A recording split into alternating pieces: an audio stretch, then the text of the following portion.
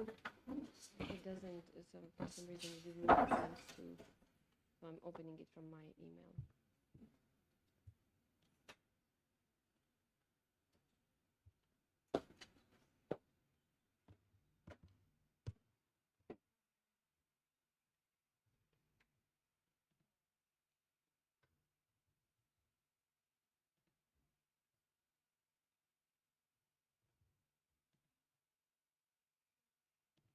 All right, so I can, if you want to, do you want me to operate the slides as you prefer? I can do it. All right, then I can.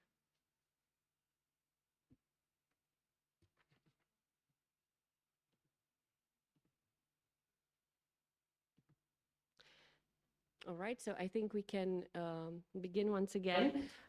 So for the afternoon session, we start with the presentation of Barbara Gaiati, who is the coordinator of our EGAI project and who is an associate professor at the University of Turin. She will be discussing the challenges of turning the EIG into an EGAI, the EAIG. And I will switch seats with Barbara so that she can operate the presentation herself. Okay. Thank you very much, and a special thanks goes to the organization, so the University of West di Timisoara, Luca and Sorina especially. It's a great pleasure of being here today, and sorry for being late. I just arrived, but I was in Po until Friday, so I made a bit jet lagged. It's okay. My presentation will be about the transformation. So from the EIG to the EGAI or the EAGA, we don't know exactly, but it doesn't matter. So to address these issues,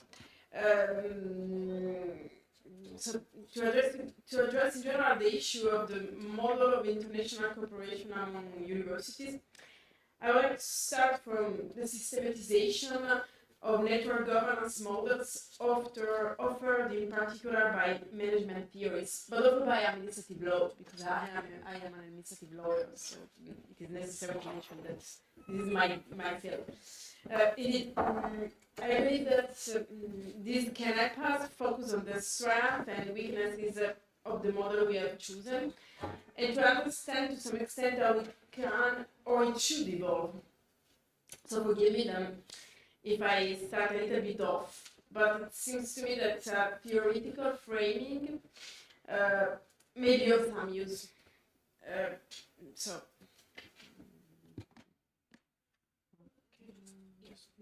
Okay. So a network is in general defined as a group of 3 or more autonomous organizations working together to achieve not only their institutional purpose, but also new collective purposes. So the first issue is to define the collective purposes that we are looking for, that we want to achieve. In general, it is considered that the participation in the network provides legitimacy, internal and external legitimacy, better results in terms of effectiveness and efficiency of actions, and the attraction of resources and ability to take complex problems. So, first of all, in order to understand which collective purposes we want to achieve, we thought at the end of this journey, it is now very clear that there are two possibilities, very different one from the other. The first one is to cooperate in order to perform some support services to the members of the network. The other one, which is quite different, which is very different, is that the coordination could be set up in order to realize a more strategic coordination. So the strategic coordination could involve all the activities of the partners, or maybe most probably, some activities of the partners. And those are very different purposes. And we are now realizing that, if I can say just now, that we have realized something, we have built a legal entity, which is very useful for support services, but maybe not for a strategic coordination. Even if I think that it is a good point of having this kind of grouping, but for strategic coordination, we probably need something more.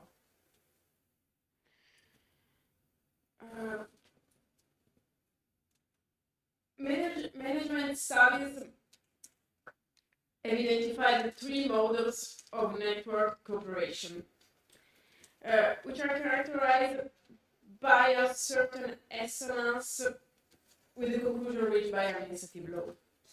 Thus, a distinction is essentially made according to whether cooperation is institutionalized or not. Non-institutionalized networks can be formalized by entering into agreements or contracts and be based on shared governance, in which the partners are in a symmetrical position. In this case, the network is based on the commitment of partners and on their involvement, and in the identification of shared values between the partners. This is viewed as a weak model, which is very common in academic relationships. Normally, the network in academic relationships are informal networks, which are formalized by choosing a participant government networks based on agreements and or contracts or whatever. In some cases, in the network, one of the partners have a lead role, have a leading role, and they are called lead organization governance networks. So this means that one of the partners of the network is both coordinator and the node of the network. This model may elicit some resistance from the other nodes in the network, who may fear being marginalized. Alternatively, the network could be institutionalized, and so we speak about Network Administrative Organization, the NEO, which is a separate administrative entity set up specifically to govern the network and its activities. So there is a special legal entity in the network, which has a role of performing services towards the other partners and or coordinating the other partners. And I think that this was our original idea when we choose to establish a legal entity, and especially a European grouping of economic interest. The advantages of choosing a NEO is that it has some pros. It is more stable, visible, it is useful for long-term strategic character, the freedom from changing majorities. I remember that our rector 1 week ago in Chambéry said that we don't know what will happen with the next rector. So having organizations set up for coordination could ensure some stability even from this point of view, and especially legitimacy. And I would say that the legitimacy is strongest if you choose an EU form. In general, the value of EU forms has a psychological nature, because even in all the fields for the market, but also for cooperation between public institutions, the fact of choosing a new form could reassure the stakeholders, the other public institutions, the corporate, the small and medium enterprises, which could have some relationships within the institution and so on. On the other hand, the NEO has some cons, which are the reluctance of the members, strictly related to the risk called rich get richer. What does it mean? That the members could fear of being marginalized by the institution. And so this has been observed, especially for lectures, for professional lectures, where the NEO perform a central role, and there is a strong risk of pushing the other members on a marginal role. How to avoid this risk? I think that the most important issue, the most important key to avoid the risk of rich get richer is to establish and to recognize a role for each member based on its specific activities, and then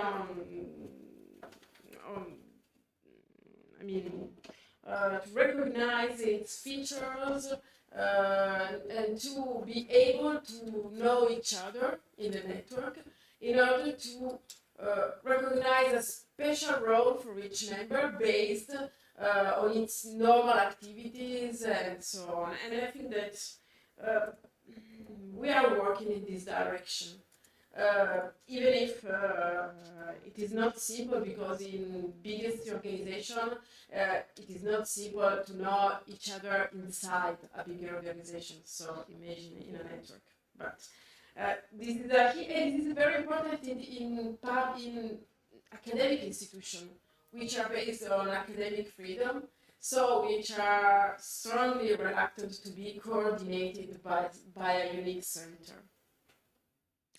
Of course, this risk is stronger, is less important if the NEO is set up for support services, or for the organization of some specific activities. If it is very clear which is the purpose of the NEO, for instance, the delivery of a EU degree. But in general, as I was saying, there is a need to focus each member on the distinctive and characteristic activities of each partner. As you know, our alliance established an EIG, an European Group in Economic Interest. And so, is the EIG a suitable solution? It could be to some extent. Yes. I think that during the morning, Florian Gaillard explained all the possibility of utilization of the EIG, which corresponds to the model of entrepreneurial university. And this does not mean corporate university. So the EIG is not to make profit for itself and not even for the member, but it is established to perform economic activities, and so several meetings, but I'm sure that Florian was very good in explaining all the possibilities. But the reason why we chose the EAG is that this kind of grouping is very flexible. We were able, as Emanuela explained in the morning, to establish an organization very similar to a university.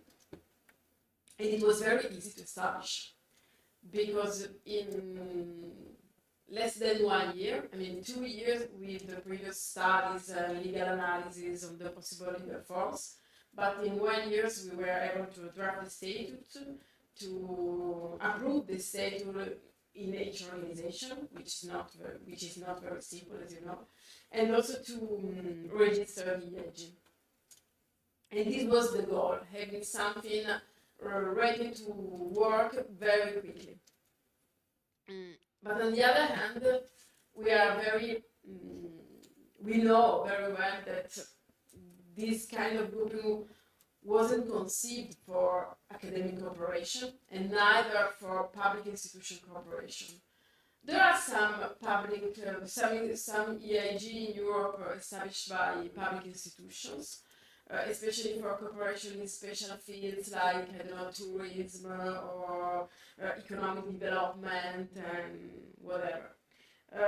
But it is not so common. And in general, DAG is not so common, in every part of Europe, because I read a recent analysis according to what the DAG are most common in France, Belgium, or Germany, and less in the rest of Europe. They are especially used, for instance, in Brussels for lobbying activities. By the way, it is defined as the first EU-specific company form. So it is we cannot. We are very. We are sure that it is not the most suitable for our aims, but we can use it to do something at least. I think that the most important problem of the EIG are its purposes, and not only its economic nature of the purposes, but also the ancillary nature of the purposes. Because neither the EIG could replace member activities. So we can use it to not only as a framework for coordinating and organizing member activities, it can conclude contracts, it can search for public funds and whatever, but it will never replace member activities. And I think this is the main limitation of this kind of grouping. Not only the economic nature of its purposes, but most in this, the ancillary nature of them. And moreover, and this was analyzed in that, especially drafting the legal toolkit by Anna Gascon, and I think she will speak after. So she made a very interesting analysis, and I gave some outside for her conclusion. But at the end of this analysis, we conclude that one of the most important problems of the EAG is that it is not a public administration. So this depends. This could be a problem in some legal system and not in some others. For instance, we found out that for, I don't know, for instance, the Netherlands, it's not such a problem. For us, for the Italian system, but also the French one, the Spanish one, maybe a little bit less for Romanian. It is a big problem, not a big, but it could raise some problems of cooperating with an organization which is a private nature and not a public one. Because this raises some issues in sharing personnel. For instance, we cannot use the secondment of personnel in data and material resources, in sharing data and material resources. And also, for instance, it raises problem in connecting non-EU members. It could be possible if we choose, if we had EGCT, but it is not possible to involve non-EU members within EIG. And in general, it could raise probably some problems for public contracts. This is not so clear, but we are still working on it. I think in order to better understand this issue, an analysis, a report covering the 27 member states would be necessary because all the EU forms do not cover all the aspects relating to their functioning. It is always necessary to look at the national law. For us, the most important national law is Italian one because the EG is registered in Italy. So we need to look at, for instance, at Italian labor law in order to understand how to recruit personnel. It could raise some concerns and some issues, but they could be different in other national legal systems. But this is normal because, as you know, European Union law does not cover every issue. There is not a full harmonization. Okay. The second question was, is the EGCT a suitable solution? So it is a better solution than the EAG, maybe for some reason, but I think that at the end, neither the EGCT is a perfect solution for our purposes. Eric will explain better about this kind of choice because l'Université de la Grande Région choose the EGCT, but I think that we have to have clear in mind that it could be used for different purposes, cross-border, transnational, or interregional, but it has been mainly used for cross-border cooperation. And it is also true that the two universities that choose there is only an existing EGCT in the field of academic cooperation, which is the EU core. And EU core is really a cross-border nature. And the University of the Great Region also has a kind of cross-border nature, but Eric will explain about it. It has some other problems. There is a large room for state intervention, and the competent minister is not the Minister of University or of Education, but in Italy is the Minister of Economic Development. So it's not the right minister. And for instance, it could not ask funds within the Erasmus program because it is not an academic institution. So it could be a solution because it has a public nature. So with each city, we could perform different activities. It could not perform exactly the same activity as the ENG, but it presents probably less problems because it has a public nature. But at the end, this is not a perfect solution, I think. Okay, I already said it, so I can skip. So, what is the conclusion of our analysis? That we really think that we need another kind of grouping, a specific concept for academic cooperation. We call it the European Grouping of Academic Interest. Other alliances started from the EGCT, going to the EGUT, European Grouping of University, no, EGUC, European Grouping of University Cooperation, it's the same. But the main idea, we share the main idea that we need a special grouping for academic cooperation because university is not an administration like any other. This was the title of an article that I wrote in Italian several years ago with two colleagues. One was the previous rector of the University of Turin. The focus of the analysis was on the special regulation conceived at national level or international one, European one, for universities. So we tried to draft a general framework of all the special regulation conceived by European Union law and by national law in public contracts, recruitment of personnel and whatever for universities. Saying that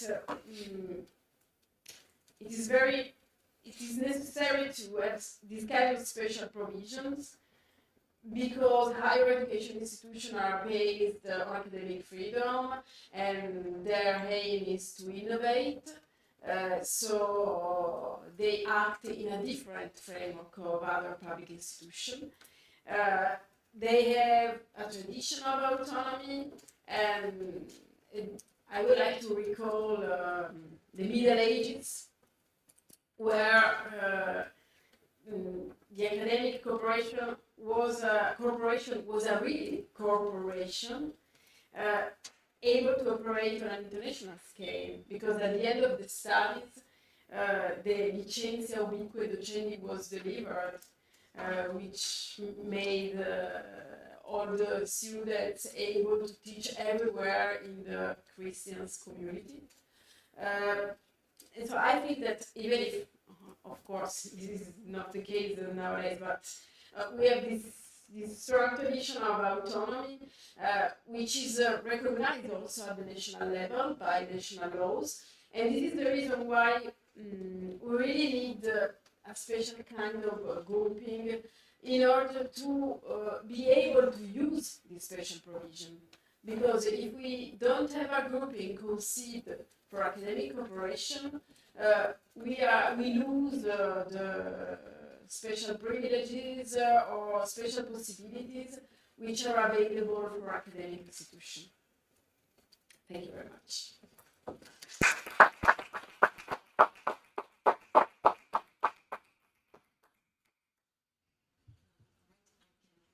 Yes, of course. No. Thank you. Oh, we can. Eric, you're still with us. You can hear us. I also realized I forgot to start the recording, which we need for reporting purposes. So, Eric, if you're fine with this, if you cannot, thank you. All right. And we move then to Eric Chirhat, or is it right the way I pronounced it? Chirhat. I think we have a sound problem. Just a second. I think you hear us, but for some reason we stopped hearing you. So I'm slightly giving out this. Pentru că noi nu am reușit să... Da, setările, aici volumul era dat și unde nu se prezintă, da, și era pe scară, așa era. Are microfonul aprins? Da, și l-am auzit de domnul prima... Să spun acum ceva? Eric, can you say something so that we see if we can hear you? No, still not. We see that you're not muted, but for some reason you got muted during the previous presentation. We had the similar issue. Da. Da, noi l-am oprit.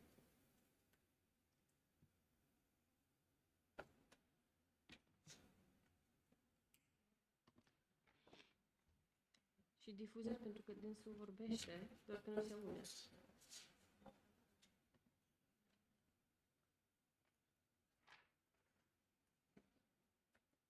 Nu.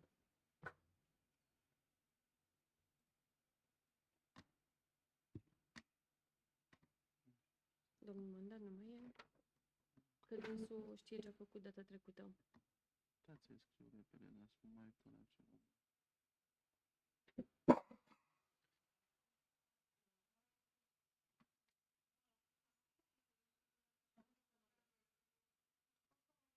Mufa.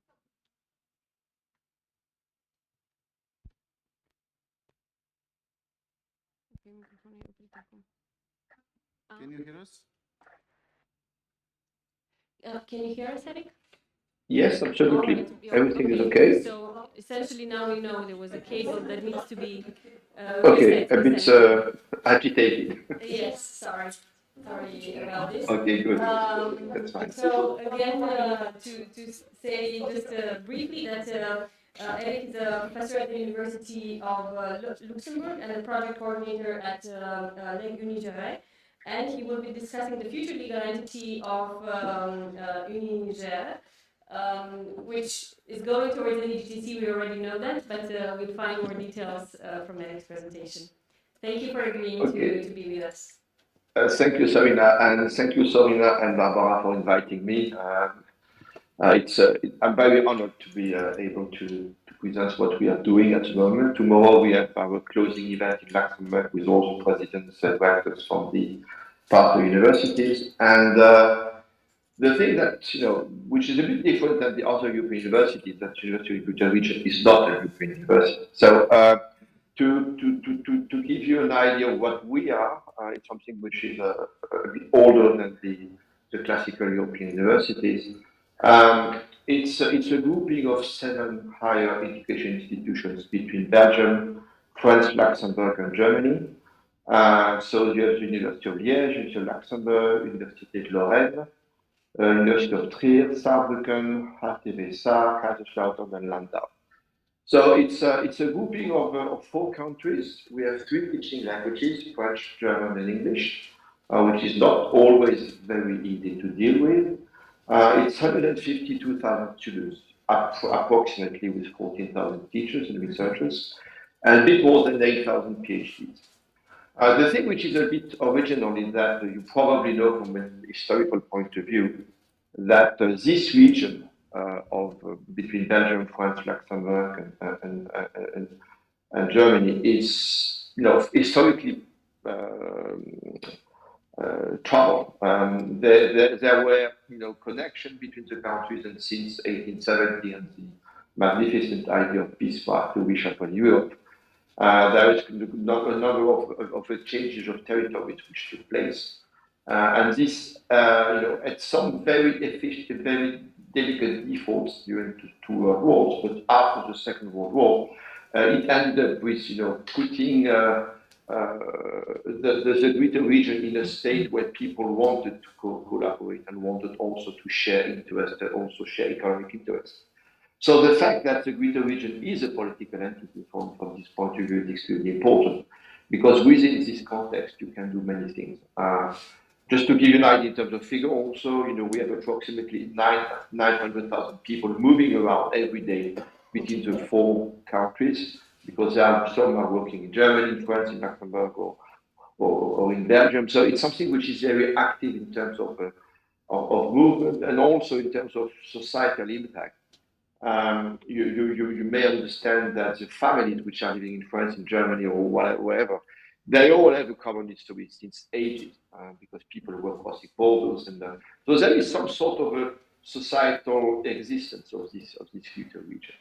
Now, to make some sort of a long story relatively short, having said the paysage of it, I would like to insist on the state that we are on now. So we have these 7 higher education institution association.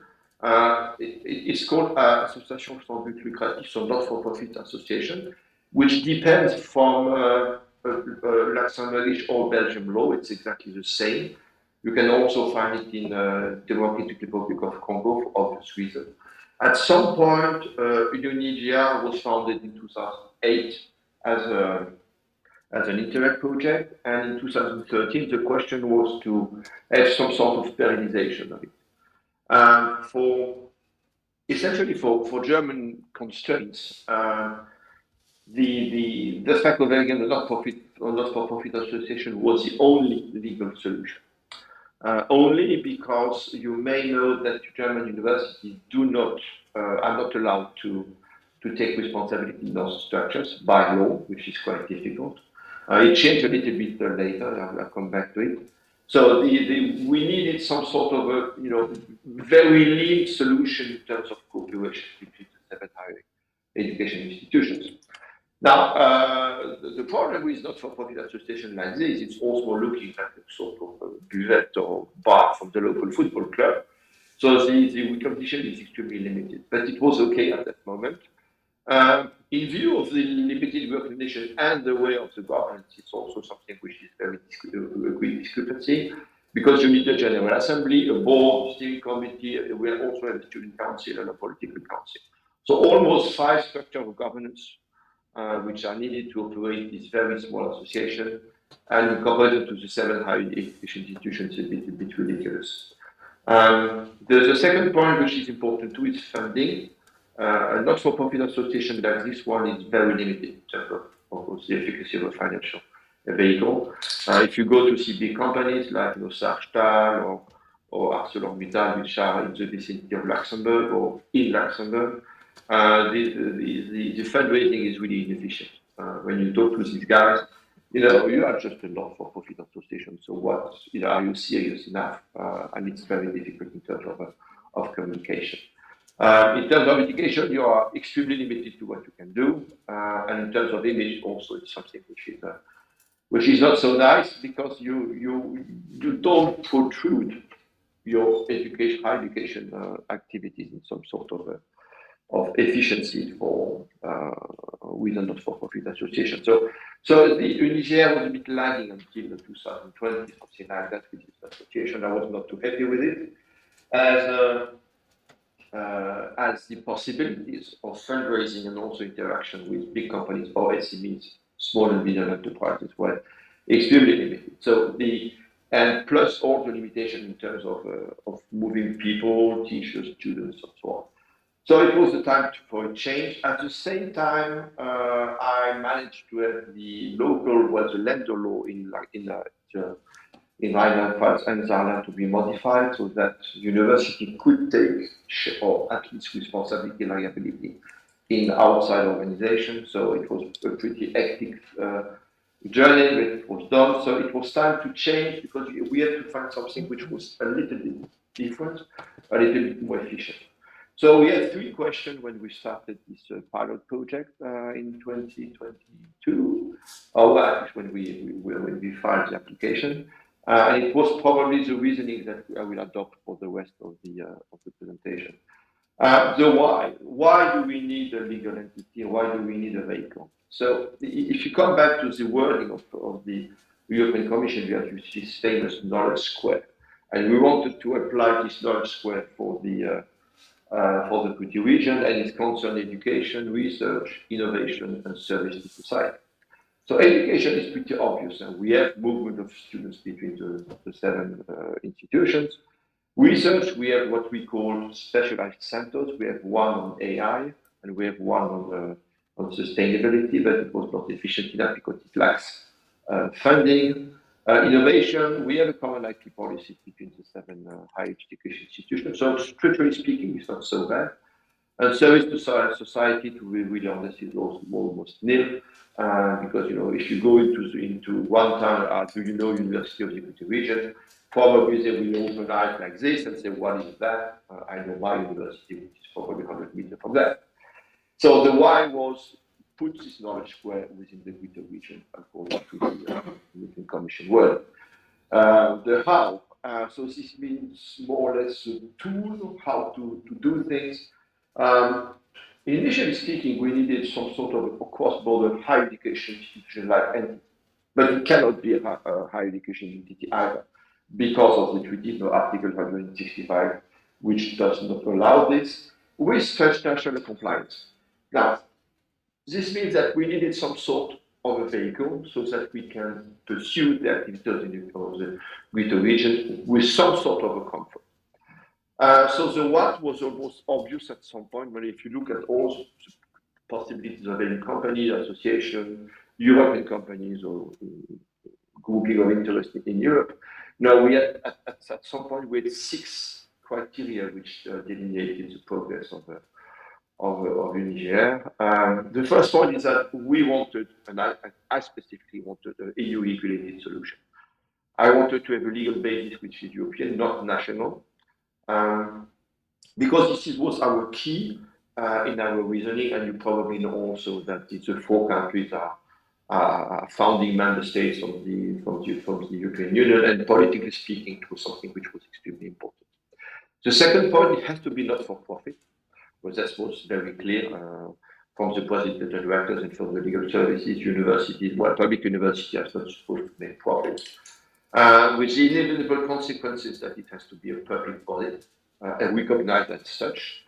Ideally with a lean governance, just to get out of these complex structures that wait for the IPL. We also needed some compliance with the operations in 4 member states, which is not the most evident things to consider. And last but not least, since we are looking at money and also public audit, it had to be auditable in full scale. So the question of auditability was absolutely key. It's probably the most important criteria for many, because it puts down the correct sounding of the structure.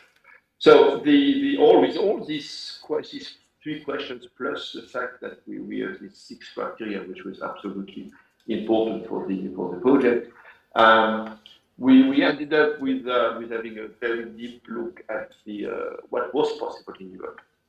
And if you look in detail, you don't see so many EU regulated bodies, specifically when you talk about cross-border or transnational operation.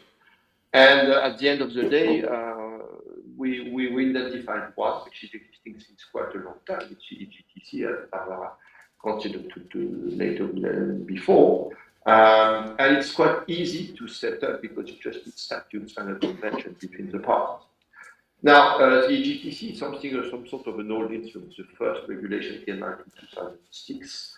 It was amended in 2013 with a magic word which went in Article 1, which is transnational. It was not in it before, and this was a very significant modification. So I don't know exactly what this ends up in terms of legal solution if you compare cross-border and transnational.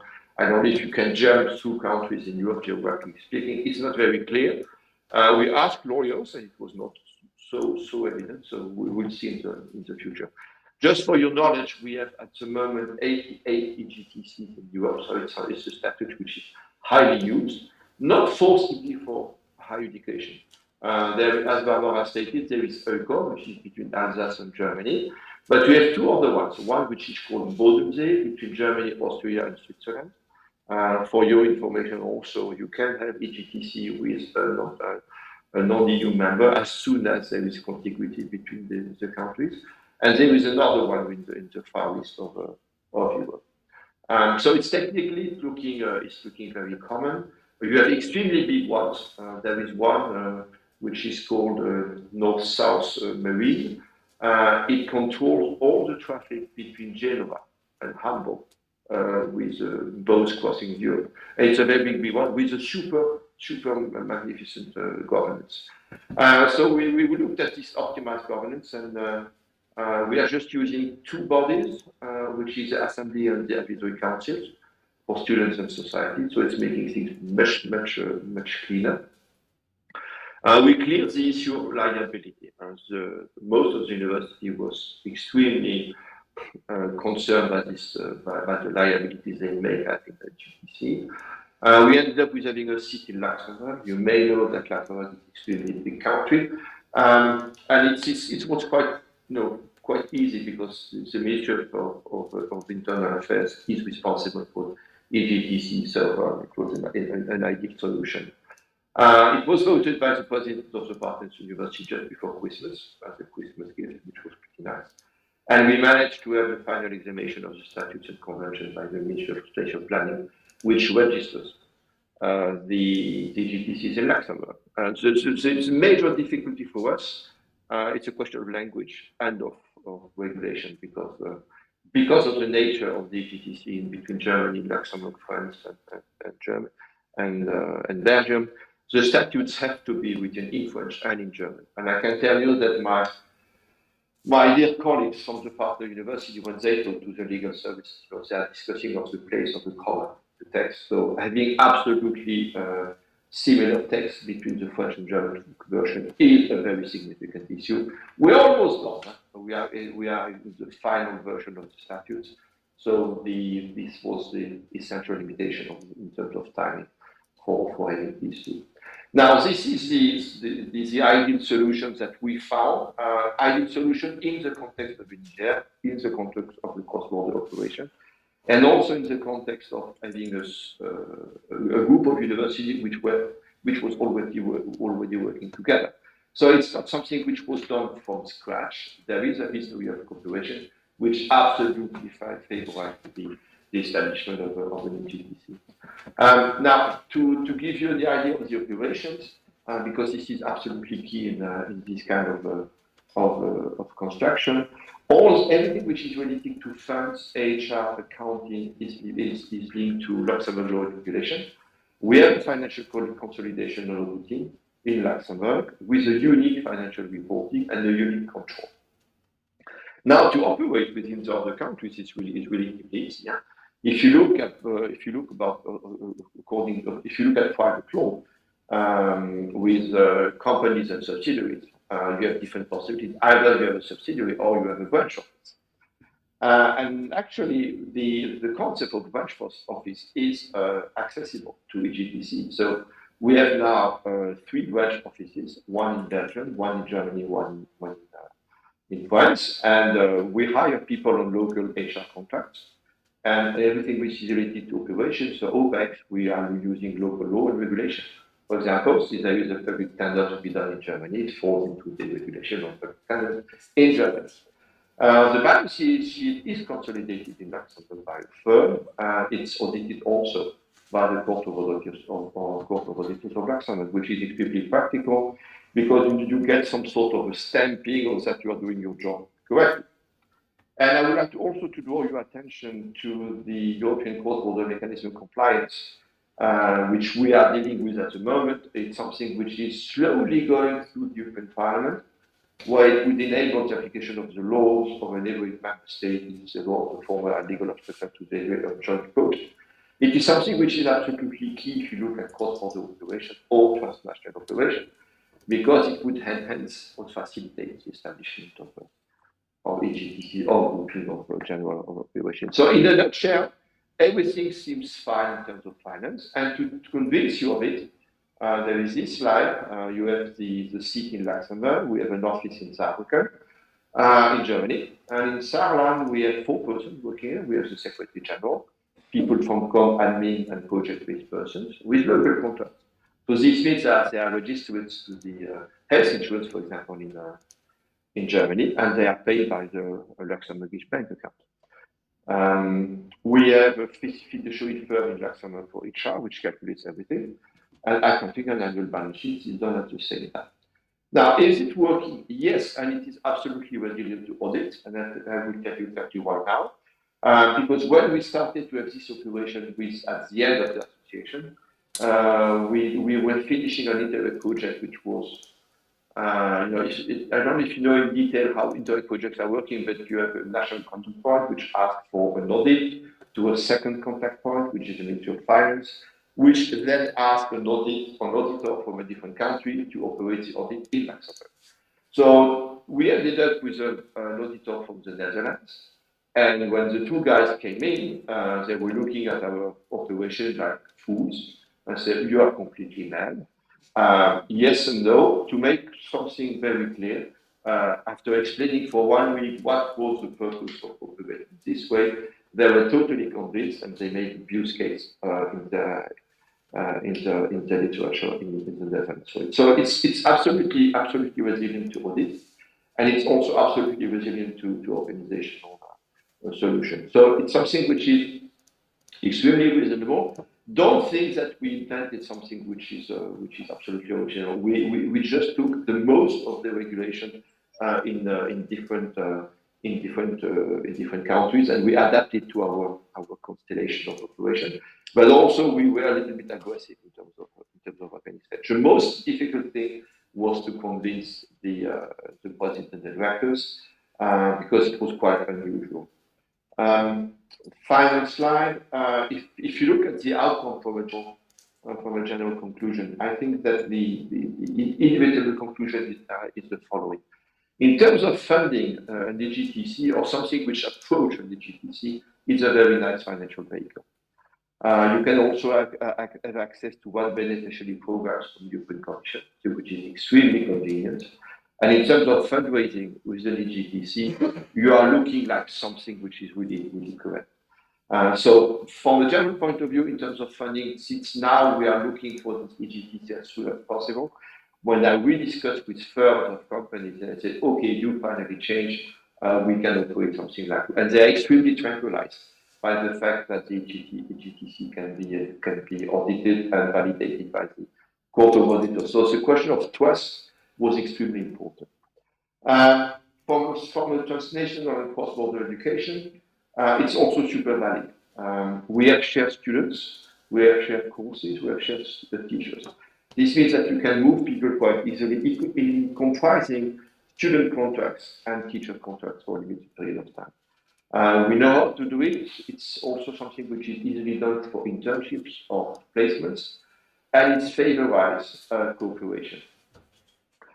Industry and SMEs were relatively frigid before we started to move.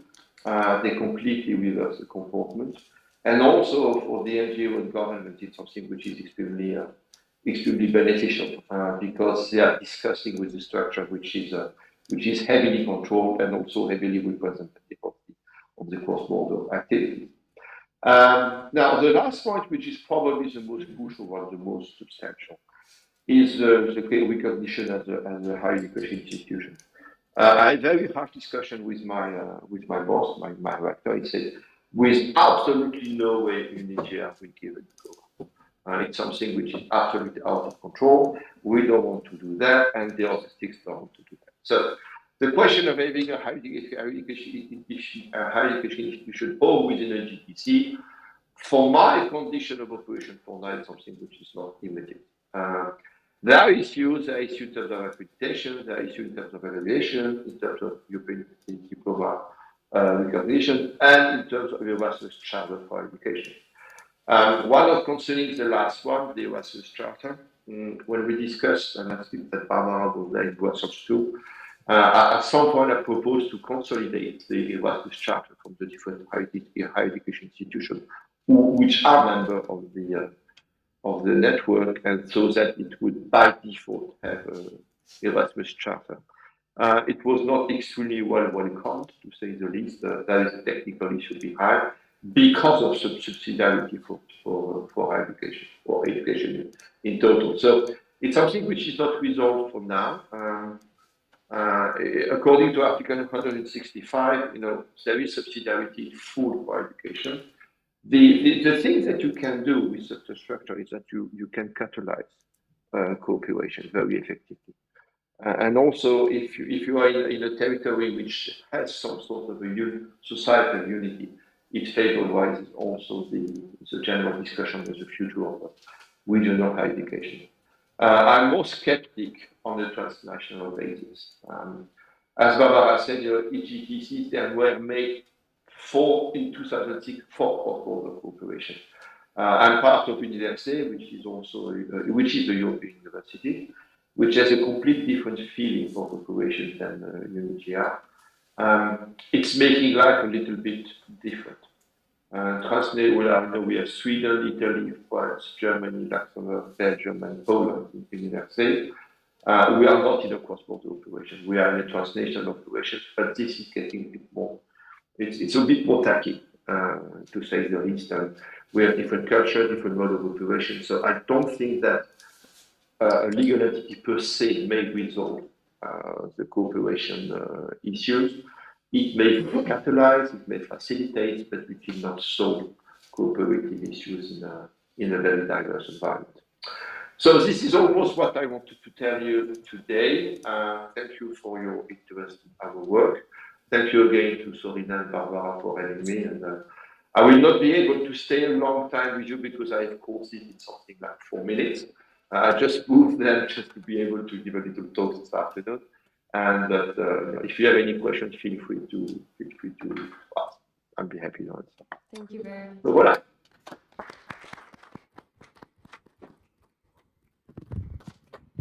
Thank you very much, Eric, and much appreciated. We know you have limited time and that you've responded to us in a short period, so thank you so much.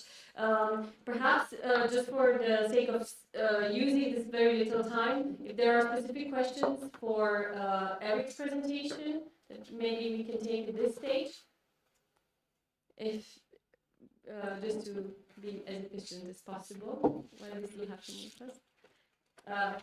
I'm just showing you the room a little bit because like participants are spread across.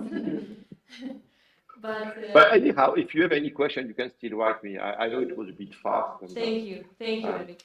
Thank you so much for being with us. We then let you get to your other business. Thank you, and have a nice afternoon, a nice meeting. Goodbye. Goodbye.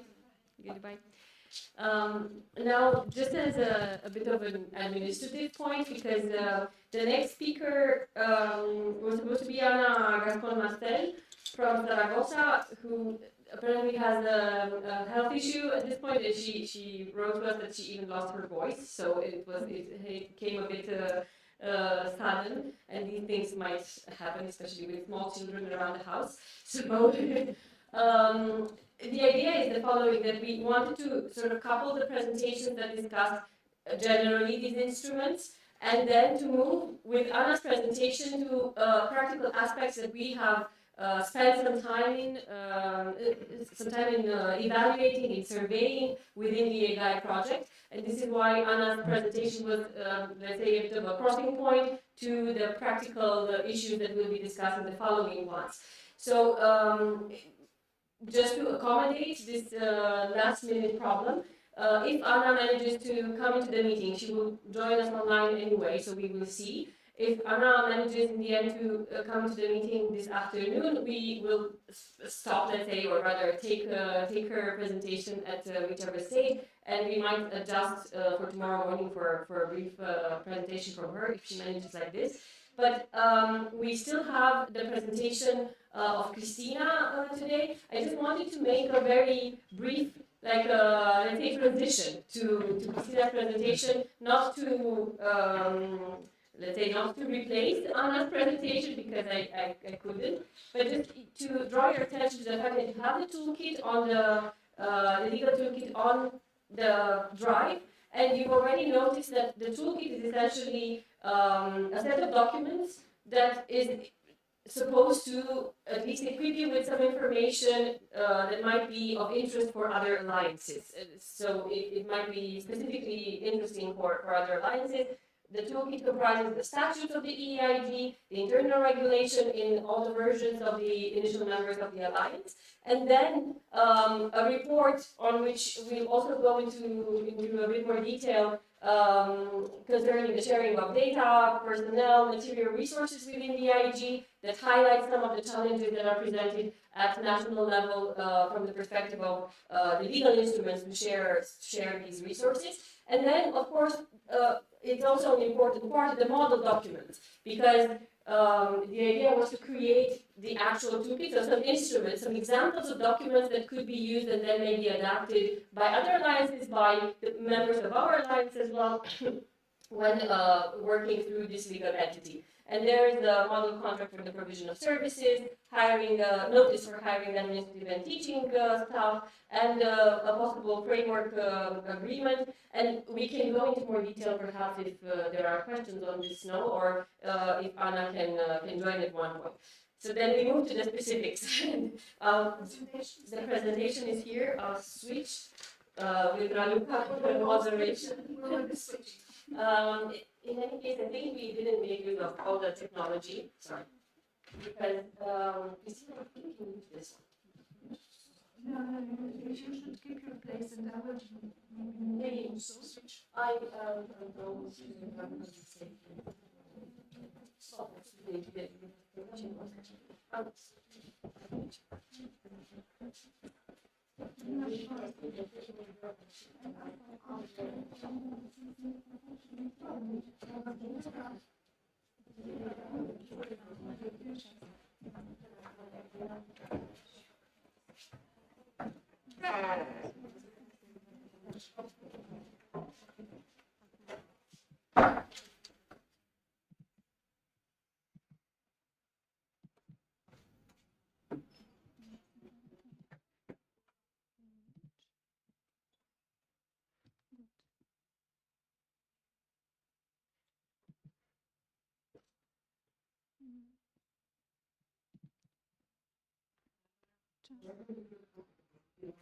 If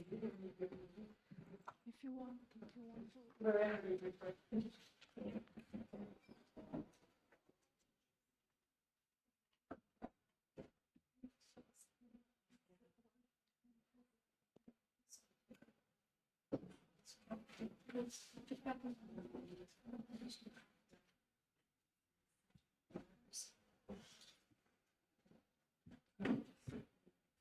Okay, so we will move, as Nina pointed out, to the specifics.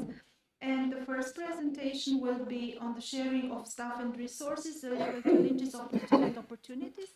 And my colleague from the West University of Timișoara, Cristina Nikolic, will briefly present our conclusions, or not so briefly, because we have a little bit more time now. Her conclusions on this part. Yes, thank you. You're welcome. So my starting point of my presentation.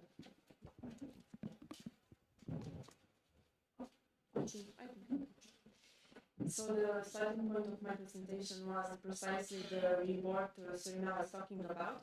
Our colleague Ana Gascon from University of Saragossa drafted a legal questionnaire that regarded several problems that addressed several problems regarding the sharing of staff, resources, and data in university. All the university from the Alliance responded. I will present mostly the Romanian perspective regarding the sharing of data of staff and resources, and tomorrow my colleague from the West University of Timișoara, Nadia, will present problems regarding the sharing of data, and mainly personal data. And I want to apologize in advance if my English is not so good, because I've been speaking in Spanish all lunch, so right now it's really difficult to switch again. So why we talk about this subject? Of course, collaboration between university means sharing, and we can share several things. We can share scientific methods and results, which things that bring us to intellectual property problems that will be addressed again tomorrow by my colleague Andra. We can share personal data, like I said. These problems will be addressed also tomorrow, and we can share staff and material resources. Regarding sharing staff, we are talking about academic staff and administrative staff, administrative personnel.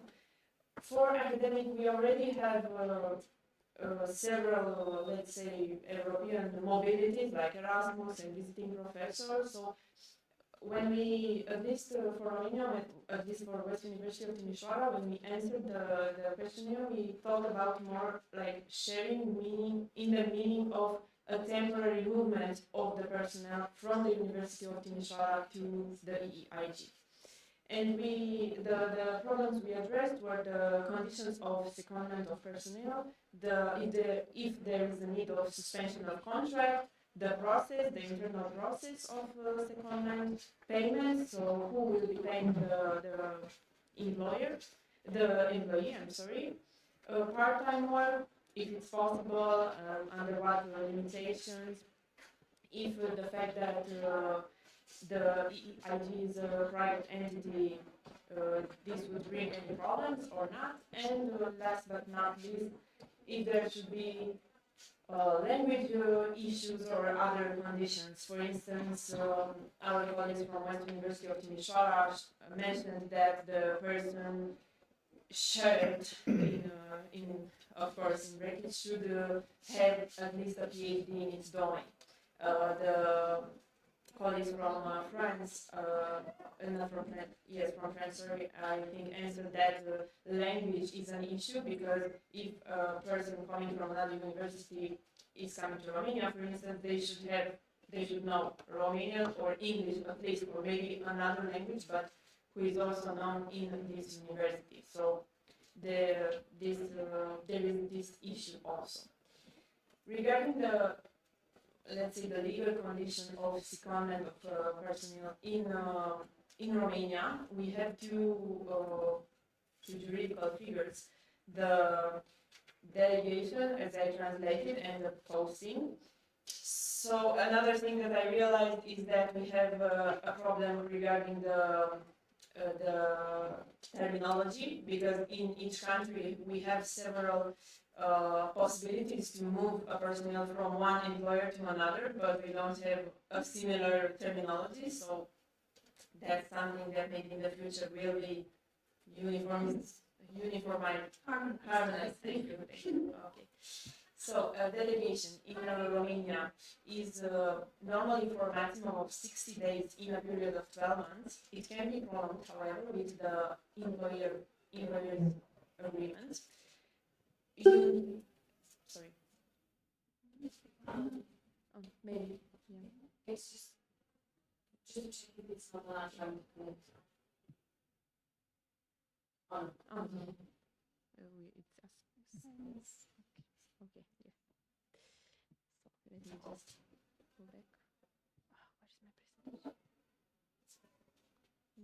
That's it. Okay, so going back to delegation, so we need the employee's agreement. The delegation in Romania does not mean a change of the employer, but the original employer sends the employee to work outside of its normal workplace. There is no need for a suspension of contract, and the employee gets an extra payment of expenses regarding transportation, housing, and delegation indemnification. So it is the simpler way to do it, but also the shorter way. The second option is posting. It can be done for a maximum of 1 year and can be prolonged with the employee's agreement. Posting means working for another employer. So the original employer is sending his employee to work for somebody else.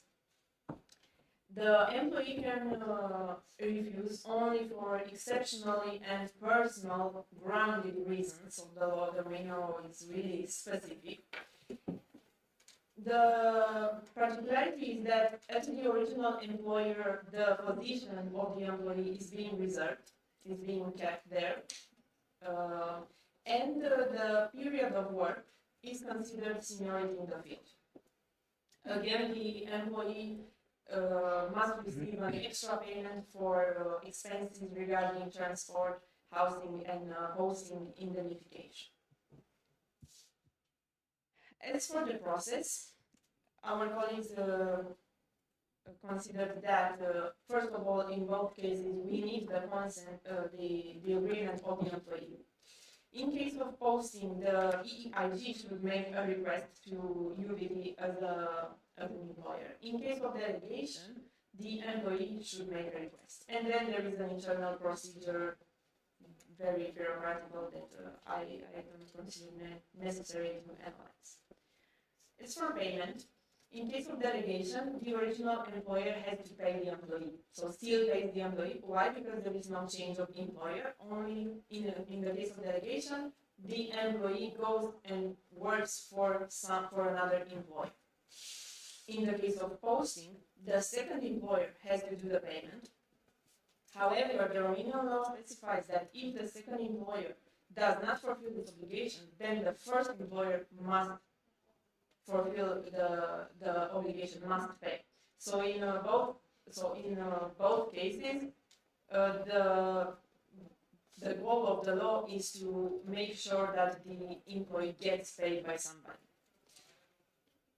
As for the part-time work in Romania, it is really possible. We have a time limit of working fractions of norm, which is 12 hours per day. So the main question was if, for instance, it would be possible for somebody working 4 hours for the West University of Timișoara and then 4 hours for the EEIG, and this is completely legal under the Romanian legislation. We don't have any problems here. I think it's stuck. Okay. Going to sharing material resources, we thought about the process of sharing, the national public accounting rules, and the joint procurement of goods and services. And afterwards, regarding also our launch materials, we thought about, or another question arose in my head was, who is actually the owner of the material resources? Because in many cases, when we talk about public universities, such as the ones that are members in the UNITA Alliance, the owner of the resources, it's not the university itself, but the Ministry of Education. So in that case, when talking about sharing, we have to think if sharing is giving, as in a transfer of property, or sharing is renting, because different issues arise. If we are talking about sharing as a transfer of property, then there are very strict conditions. In Romania, transfer of property from a public university can be made only to another public institution, so not to the EGAI, who is a public, private institution, and with the approval of the Ministry of Education as the ordonator principal de credite, I don't know how to say it. The main credit. The main grant. It's not the grantor, but if you want it, It's sort of the budget from your grade. Yes. If we talk about sharing as renting, then from our perspective, we don't see any problems. And I use the word renting, but it can be also allowing the use of material resources for free by the EIG. If there is an agreement between the two parties stating clearly the terms and conditions. So no legal obstacles, except for the fact that if it's free for the EIG, it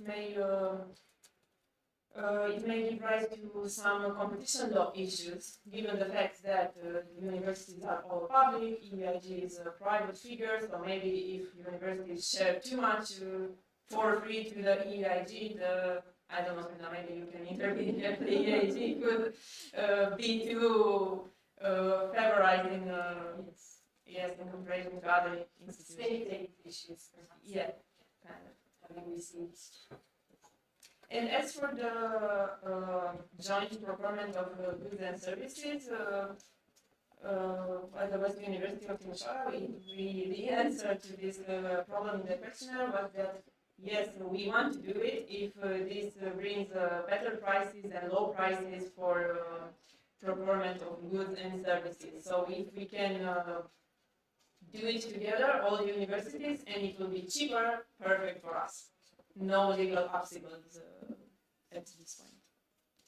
That will be all. Thank you.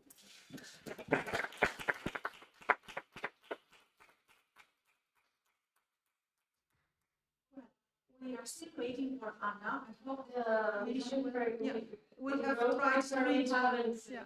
haven't heard from her yet, and in case she manages to come in tomorrow morning, perhaps it would be useful. So we'll just adjust. Okay, but maybe we still have half an hour of discussions about Christina's presentation, Barbara's presentation as well, on what has been said and discussed in the morning if you want.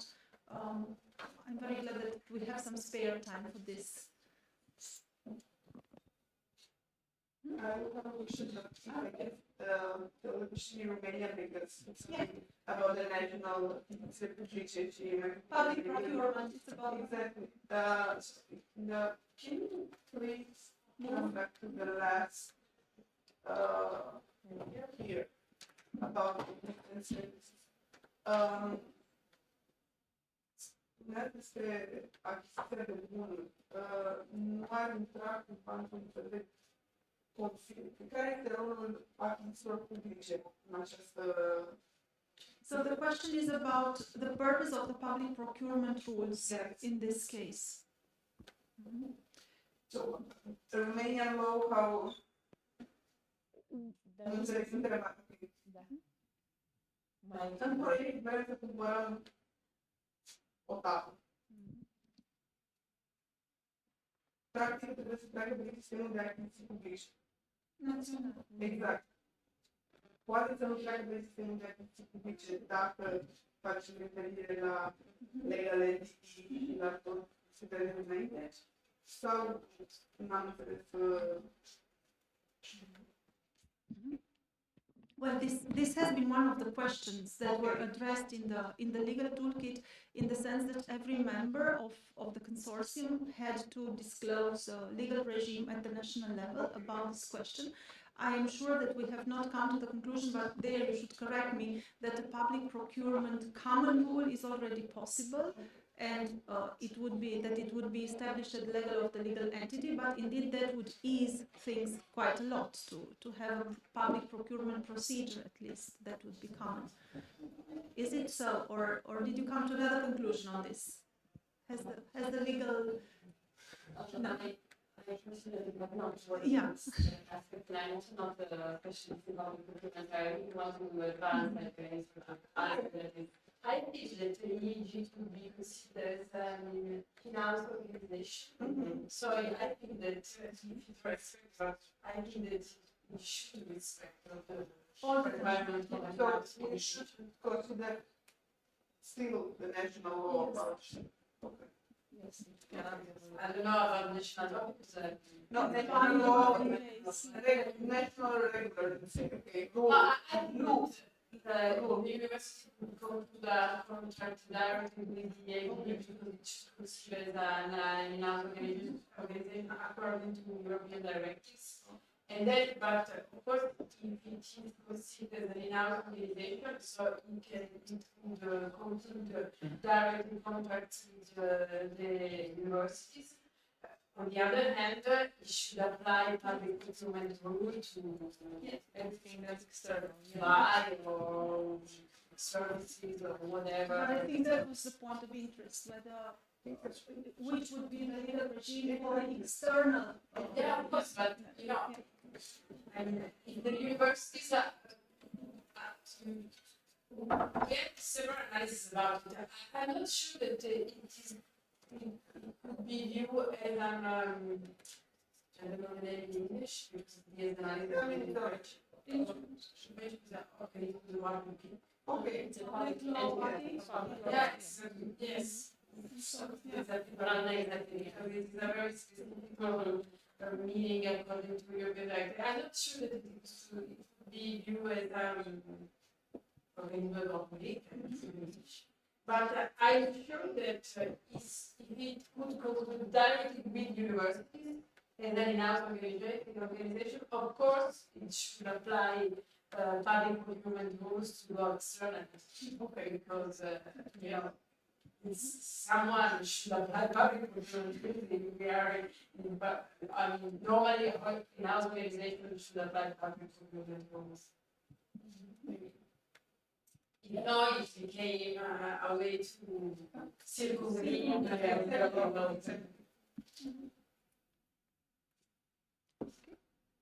Thank you very much. Other questions, maybe?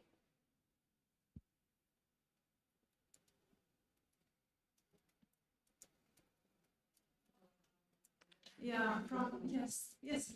Yes, maybe one question about the settlement of personnel, and in the case of when the settlement of personnel would mean that the person seconded changes its country. Do you think that even if we are the best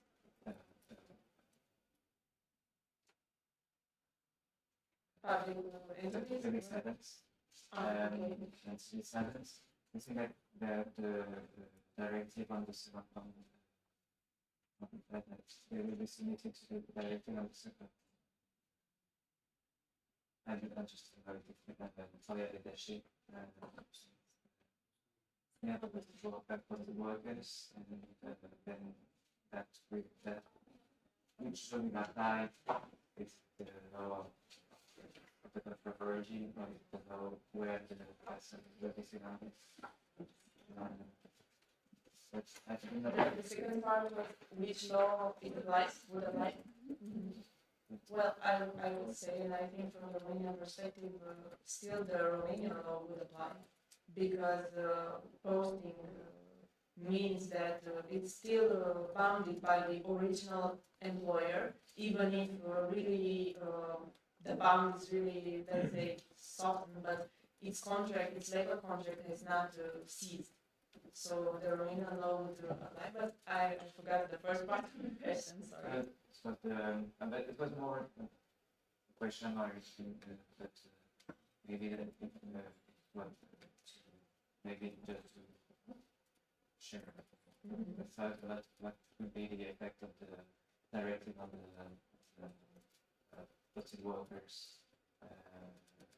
Maybe the settlement is for more than 6 months because but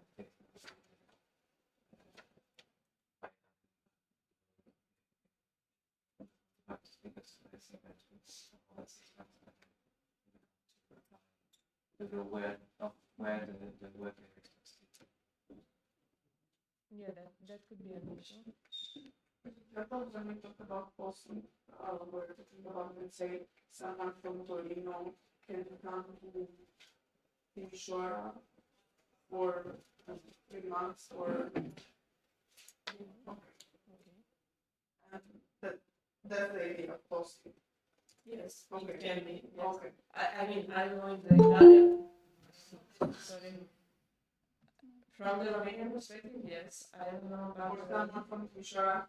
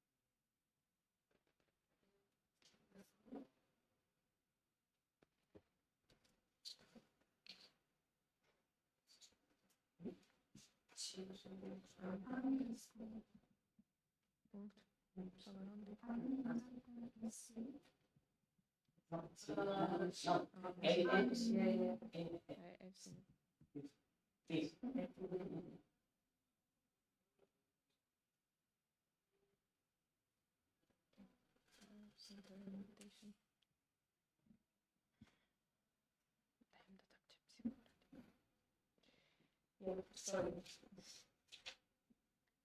So you were saying, No, yes, it was just just to clarify what the person, yeah, it could mean that, yes. Or somebody from Timișoara going to, yes. another, yeah, yes.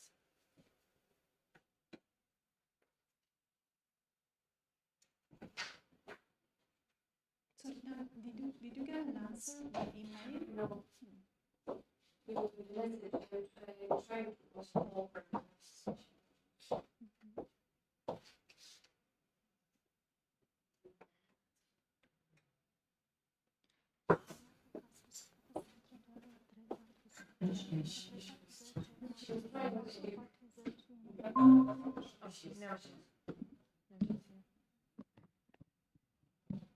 Hi, Anna, can you hear me?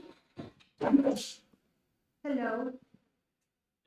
Hi, do you hear me? Yes, we can Okay, hear you perfect. very well. And thank you for much for joining us. We know that you have a health problem, so we are very sensitive to this attempt to speak under these conditions. Thank you very much.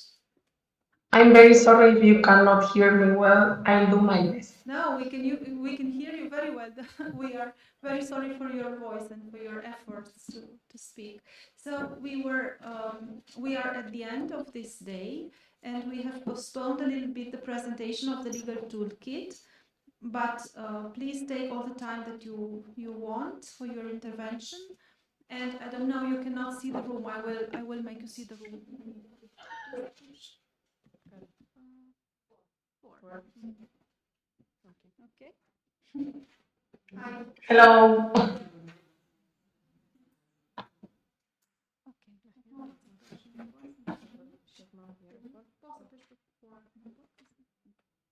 No, pe unul?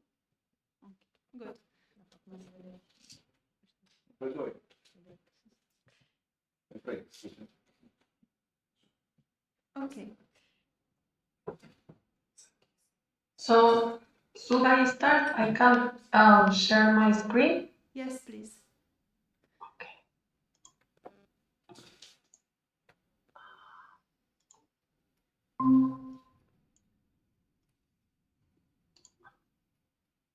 Okay.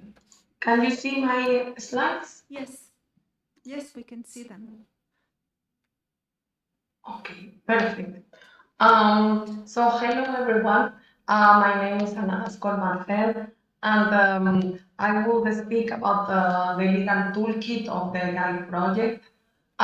First of all, I think that you have already heard about this project, but I wanted to give it some context. And it's that there is a big push from the EU institutions, mainly the European Commission, but the Council has also spoken in this sense that they really want alliances to institutionalize, and they believe this may be the best way to share financial, common human, digital, and physical resources and services. And they are also thinking about the possibility of operating virtual inter-university campuses and interoperable platforms for joint digital or blended activities. This all comes from a communication of the European Commission on the European education area for 2025. And probably you know that we will also have really soon a new communication of the Commission that will probably center on the European degrees, but will also try to push us even further in this way of institutionalizing our alliances. And the Council recommendation also mentioned the need to open up and to institutionalize cooperation instruments in order to facilitate deeper cooperation by sharing human, technical, data, education, research, and innovation capacities. Um, what does this mean in practice? In practice, it means that they want joint resource management, and this can be the data management, but also physical and online infrastructure management. And also, they think that we could start to do also joint student recruitment and management. There could be simplified accreditation of joint programs, simplified internal and external quality assurance, and joint access to international networks, and also sustainability of the cooperation, and also a way to go forward with a joint identity. As you can see, it's quite a lot of things. Also, the joint financial management with possibilities of joint procurement, joint applications for EU and national funding, joint reception of other funds. So what has been like the common thread of all this is that they want alliances to work for sustainability. And this means that they want alliances to be together in a legal entity and also something that is stable, and that at least from UNITA perspective, it can also serve to get funds. But if you imagine that we all do, like all the universities, that we all this together, I guess you are already thinking that there will be a lot of legal questions in order to be able to do this, because universities, we also have all this paperwork ahead of us. Um, I'm sure you already know this, that the European Economic Interest Group already exists. It already has its statutes that were registered by the Chamber of Commerce of Turin at the beginning of last year. So more than a year already that the grouping already exists. But after that, there were many questions like, what do we do now? How can we do it work? And it's been, I think this project has been a little bit of learning by doing, because all the necessary legal architecture needed to be tested. And also it's quite a puzzle, because it needs to take into account very different, or not very, but at least different legal regimes. And the objective of the project from this legal side was further research to know what would be the activities that could be entrusted to the grouping. But I know Florian was in charge of telling you all this. So I'm gonna look at the other side, which will be how we could share all these human, material, and data resources. And the idea was that this project was useful mainly for UNITA, but also for all the other alliances that were looking into how to manage the legal status of university alliances. And that's why we decided to create this toolkit that could serve us, but could serve any other alliances that were thinking about using this European economic interest grouping, or even other forms of institutionalizing.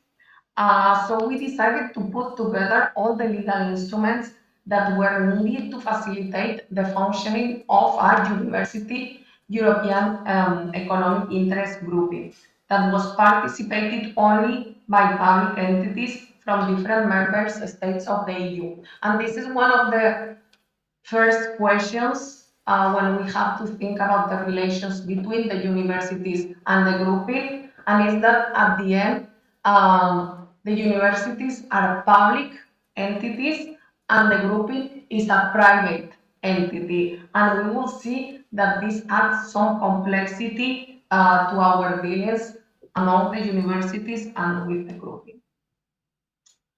So first of all, we needed to do a comparative analysis. Why? Because this was also an effort of comparative law, because there are all the relevant legal systems, and this means the national systems, the Spanish one, the Italian one, the French, the Portuguese, and the Romanian one.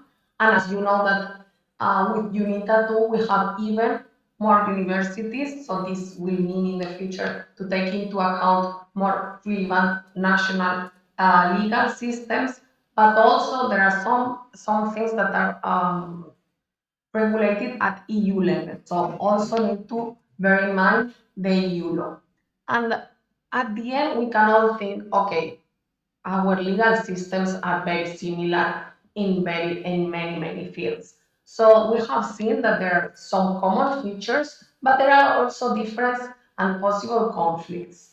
And also we have to bear in mind that at the end, the grouping is registered in Italy. So Italian law will play a very relevant part in all the dealings of the group. So what this legal toolkit consists of? It's mainly formed by two sides, which is first the regulation of the grouping itself. So here we will find the statutes of the grouping and also the internal regulation. So this has taken some time to UNITA, but they have finalized them, and they needed to first decide which like what would be the organs of the grouping, how it will work also with UNITA governance. Um, and all this will help us to understand how the grouping should work. Who decides what the grouping will do, who deals with the day-to-day practice of the grouping, and also we have the tools to share staff, data, and material resources, and this is the second part of the legal toolkit. So here we have a report on how can we share all these kind of resources among universities and with the grouping.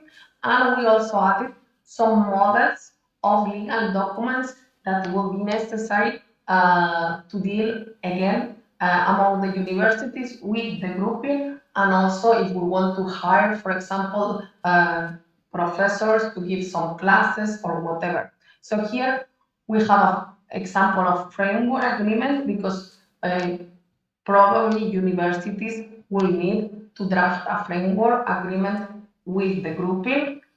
Then there is the application cost, because now the grouping is going to start to hire people to have really personnel that would start to make the grouping work more and more. And then we also, as one of the test activities for this grouping this year, was a seminar that was done by our Portuguese colleagues in cooperation with the grouping. We have seen how will be the best way to organize a course that could be, for example, a micro-credential in which the grouping and universities collaborate. And we decided the best way for this at the moment was to draft a service contract. So, the statutes. The statutes, as I have said, are like the statutes of any organization. So, mainly they kind of give an idea of what will be the general structure of the grouping. So, here we have the Conseil stratégique, Comité de proposition et de pilotage, and Conseil de gérance. I'll say the names in French because this is how they were created. But I want to let you know, probably you already know, that one of the ideas behind the legal toolkit is that we have all these documents that are basic in all the different languages of the member universities. So each university has translated the statutes to their own language, and most are certified translations, so they have all of them the same legal value. So, one of the first questions was who is going to take the decisions in this new legal entity that we have created. So, here the idea was to create three bodies. One would be like the strategical board, which is this Conseil Stratégique, that all the rectors of the all the rectors of the 6 universities are part of the strategical board. So they are the ones that will take the main decisions of this body. And the idea is that this body overlaps with the governance board of UNITA. So you have the rectors that represent the universities, and that way they make sure that what the grouping does, it's in the best interest of all the different universities. Then we have also the Conseil de gérance, which is formed by all the administrators of the grouping, and it's in charge of the day-to-day work of this grouping, and also it has a secretary general. And then we have the Comité de proposition et de pilotage that was supposed to be a kind of think tank for the grouping. So there, all universities also will be represented by 3 professors, by researchers, and it's done in a way that there has to be senior but also junior researchers, 1 student, and 1 member of the administrative staff of each university. And I know that at least for UNITA, they were starting to look at who was supposed to be each of them. And they will interact with the Conseil Stratégique and the Conseil de gérance. Also, they can give ideas of what should the legal entity do in the future. So we have the general structure, we have the members, that the members that have created the grouping are these 6 universities, but the idea is that other universities that join UNITA can also join the grouping, and also to have associate members who can be businesses, private universities, whatever that is decided that could be useful for the work of the grouping, but they will not be full members, but external partners, let's say. The organs of the grouping and how it's financed and audited and so on. So this goes for the statutes, and then we have also the internal regulation, also translated into all the languages of the universities, but the regulations don't have a certified translation necessarily. So I know that all universities have translated the internal regulation, but not through certified translation. So here we go into more detail on how to become a member, an external partner, the role and selection of the co-administrators, the roles of the Secretary General of the Conseil de Gérance, the role and composition of the Comité de Proposition et Pilotage, how the management control works, how this grouping can hire staff, and so on. So all this for the regulation of the grouping. And then we wanted to look at how in practice we could serve resources, the human resources, data, material resources, and so on.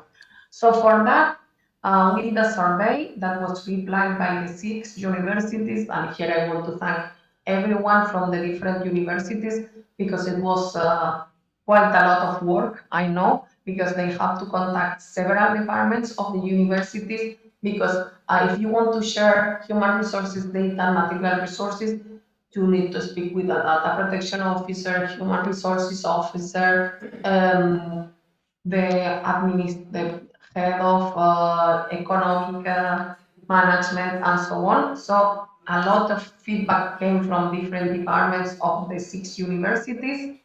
And we could see through the replies to this questionnaire that there was quite a fragmented legal framework with relevant difference among national legal regimes. So some elements have been regulated by the EU, like public procurement or protection of personal data, but others continue to be under the competence of the states, especially the regulation of the regime of civil servants. And as I said, there is this added complexity because universities are public entities and the grouping is a private entity. So I'm going to speak a little bit about the different ideas and conclusions of this survey. So we saw that there were, speaking about sharing human resources, there were a lot of difference in relation to secondment because, for example, this won't be possible for Spain, Italy, and Portugal because the grouping is not a public administration. So in Spain or Italy, the possibility of secondment for public servants exists, but it has to be to another public entity. And from French universities, it's possible to second, mettre à disposition civil servants, but not contractual staff. And for example, in the case of Romania, it seems it would be easier. In many cases, there will be a need to ask for personal leave. This entails other questions in relation to promotion, for example, or how much time you can be on personal leave if you fulfill all the requirements, and the times are different from one state to another. There was also the possibility of probably with what we have seen till now, there will be possibility to do remote work. So you will not need to go to Italy to work for the grouping. You could probably still work from any of the different EU countries. But this also poses tax and social security issues. For example, if you want to work for this grouping from Spain, which is my country, you need to be self-employed, which is a false self-employment, and it has all the consequences for your tax and social security issues. Then the grouping, the important something which is actually good, and it won't be the case if it was a public authority, is that as the grouping is a private authority, it has a lot of flexibility for hiring people and fixing their salary than a public administration. And it can be a lot more competitive. And I have heard from the people that were under this idea of creating the grouping that, for example, we could hire IT specialists or very prestigious United States professors or extremely good research scouts because we can offer a more competitive salary. So there are a lot of pressing issues, and this is urgent because the grouping is already looking at hiring staff, and what I have seen, the first people that will be hired probably is an IT coordinator that could coordinate different IT people from all the universities in order to have this common platform or whatever we decide to do. And also in the second phase of UNITA, there is this idea that in the grouping there should be a research engine. And I did not understand what a research engine was when I heard it the first time. But the idea is that we will have some specialists on European projects, and they would look at projects to which the different universities could participate, different calls for projects, and so on. And they will help the researchers draft the ideas for the projects and so on. So it will be a way to improve and promote the participation in European and other kind of projects from all of our universities. So another question that is quite important above all, if we want to have like a common platform, is for courses and so on, is that at the end we will need to share data. So we will have to differentiate between personal and non-personal data. We will have to think which personal data in particular we want to share. We will need to define roles for processor, controller, or joint processor and controller. We will need to define the legal basis for processing. We will have to send data out, but we will have to think about how we want to send the data outside of the European Economic Area, which is outside of the European Union. Also, there was a question if we will need to find a data protection officer for the grouping, and the idea is that not for now, because it's a private entity, but if it starts to really process data at scale, we will need to do it. Also, we will need this contract or agreement for controlling data, which the universities will be probably the processor. We will have also another of the questions of the survey is what the different universities thought about creating a common database with the data of our students. Some universities find that it could be useful, but all the 6 universities underline that there are a lot of concerns regarding interoperability, cybersecurity, economic cost, access, and so on. So it's something that we would really have to look into. But I want to be optimistic because there are a lot of examples at national level where this is done. I could speak about some examples from Spain. And also, I wanted to underline that it's important that when we think about data, usually we think about personal data, or at least I do, because of it's a lot more regulated. But there is also a lot of push right now to share non-personal data, and this is also an asset, and it can be extremely relevant for research. And if we think about sharing material resources, UNITA has already a lot of experience with sharing research infrastructure. So through the UNITA catalog, and let me stop because I think I have another version of these slides that I'm gonna use maybe better for you. Okay.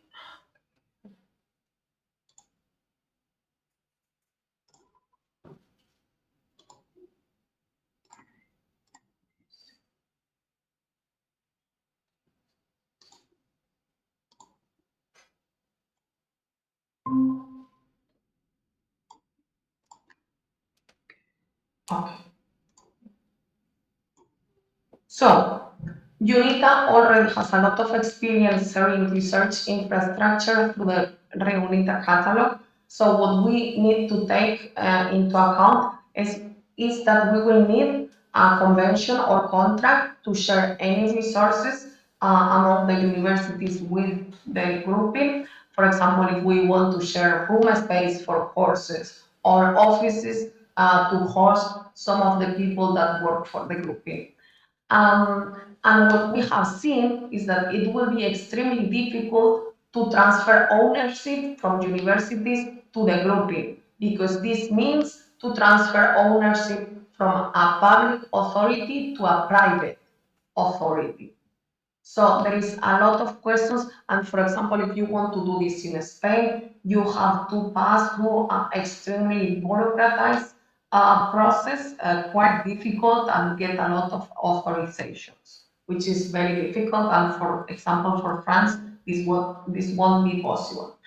Also, we have to take into account that when a university wants to deal with a private entity and entrust it any task, it has to be through the EU, and in this case, Italian public procurement regime, which will be extremely tiresome and burdensome if we wanted to do this with the grouping. So, because we will have to have open calls for everything. So it is quite important to analyze if this would be considered in-house providing, and for this there are some conditions that are there through the case law of the Court of Justice of the European Union and are now part of EU law. So it has to look at if 80% of what the grouping does come directly from the mandate of the different universities and so on. So that's quite a sensible topic.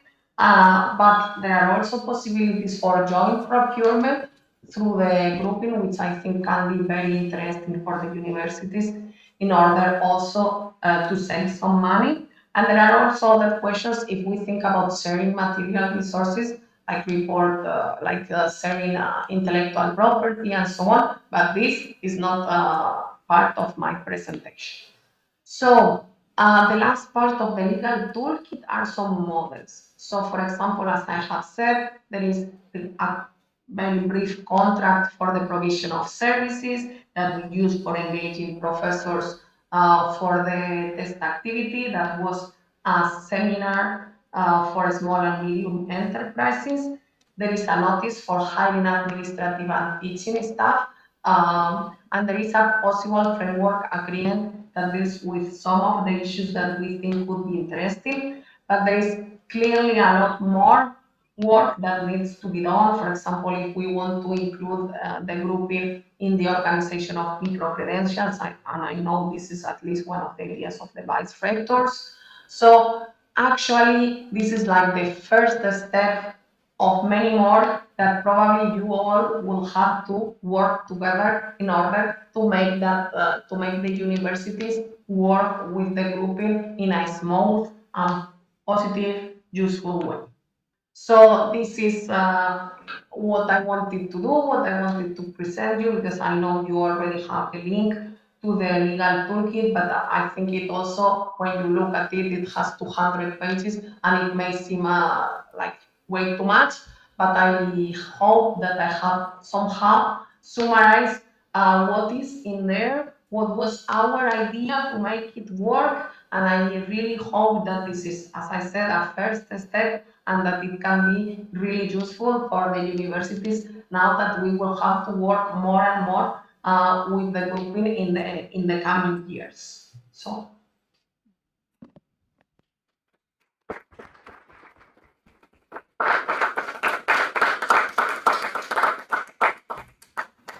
Thank you very much, Anna. Thank you very much. It was very clear, and I think that everybody could follow you very well. But maybe if you can only wait for 5 or 10 minutes for questions. We have discussed quite a lot today, and we have touched upon a few of the issues that you have presented. So I don't know, maybe some of you would like to ask a question. The documents are embedded on the drive, but just in case you need a little bit more help in dealing with them.